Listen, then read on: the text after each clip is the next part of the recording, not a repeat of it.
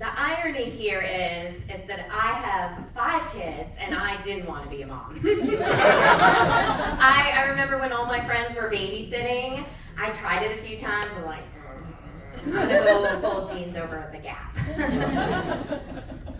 But I became a mom, and I see parents as having many births. And my first birth was the easiest. Now, I know some of you are thinking, wait a minute, is she talking about childbirth? Because whoever says childbirth is easy? But bear with me here. Notwithstanding any complications, serious complications, after a lot of exhausting hard work, some gross fluids, some noises, there's a baby in your arms, a tiny vessel of hopes and dreams. I still clearly can remember when my midwife handed me my newborn. And she curled into me like a little comma. And skin to skin, there was this instinctive language we spoke that was cuddling and nuzzling. And my body, it couldn't help but respond. When she cried, my breasts filled with milk. When she kept crying, a frantic chorus of worry ran out in my head. I knew what to do. Well, that baby now is almost 20. I have a 19-year-old, a 17-year-old, a 15-year-old, a 13-year-old, and a 7-year-old because my husband and I are awesome at family planning. I found that the first birth was so much easier for me, and please know I am not discounting any season you're in. A very wise mother once told me, I said, what's the hardest season? And she said, whatever season you're in. And I firmly believe that. And I've got some great kids. They're not even hard teenagers. But everyone's always annoyed me for something. The other day, I'm driving my kids, my son and some of his friends, and I drop the kids off. And then we get home, and my son looks at me, and he says, Mom, you talk way too much. I asked one question. How was your day, boys? And apparently that makes me a chatty Cathy. I've also found that being a parent of teenagers, there isn't as much support.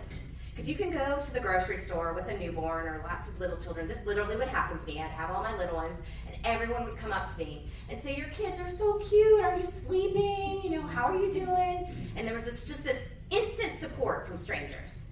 Can you imagine if I went into the grocery store today with one of my teenagers in a bad mood, and someone said, is that your lovely teenager? And I said, yeah, and she's being a total asshole. We can't say that. And sorry, kids, you know I love you. And you're great kids. But you can be assholes. And so can I. So this phase has been a little bit lonely. And you may be thinking, gosh, has this mom always been this authentic and raw? She just called her kid an asshole. Sorry I'm saying that bad word so many times. I'm actually not a cusser. We're good. So, anyways, it's not me to be this authentic. And I've had to work really, really hard at it. I mean, even you see me right now, I have to have a cute little outfit or whatever. And I'm a perfectionist in recovery. I grew up with a drug addiction in my family. And because my brother was so screwed up, I had to be the perfect one. And when I became a mother, I was going to be the perfect mother. And plus, as I kept having kids, there was this kind of pressure, like, wow, she has 5 kids. She must be like some parenting god. No. So I often think of the very first birth of me becoming a parent was when I became a real parent, an authentic parent, kind of like the Velveteen Rabbit. And it all started, I just had my 4th baby, and I'm wearing him in my little baby ergo, and I'm in the kitchen, and I'm baking up homemade muffins, because I've got this. And my husband walks in and he says, what are you doing? I look at him, what does it look like I'm doing? But I don't say that. I'm on splintered sleep, but I'm going to be kind. And I say, oh, I'm making muffins. And he says, why? And I say, well, it's our turn to bring snacks for Madeline's soccer team. And he says, well, why don't we bring goldfish?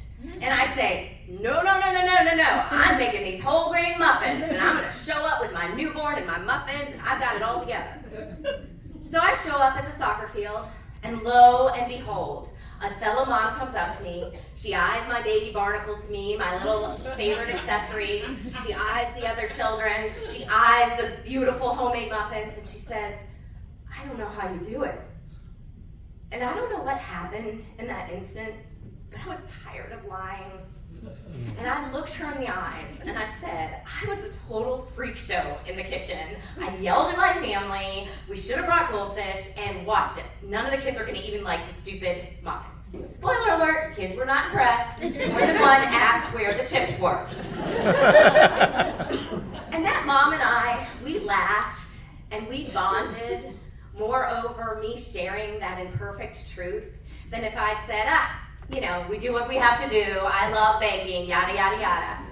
And I felt less lonely in that moment than I'd ever felt. And so I told myself from now on, I was going to be a real mom, an authentic mom. And I was going to share the happily ever afters and the joys of being a mom. But I was going to share the hard parts too.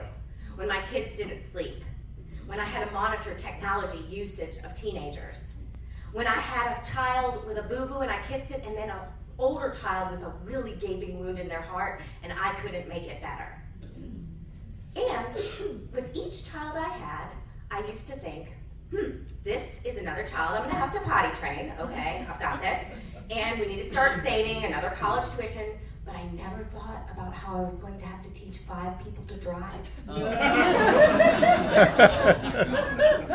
And I'll tell you right now, once you teach a person whose frontal lobe is not fully developed how to drive out in the real world, you have to be proud of yourself and know that you are very courageous. Because it is not for the faint of heart. So I continue to share these stories, and I've often said that we need to take something called the rate of perceived exertion and apply it to parenthood. And if you don't know what that is, I'm kind of a fitness nerd.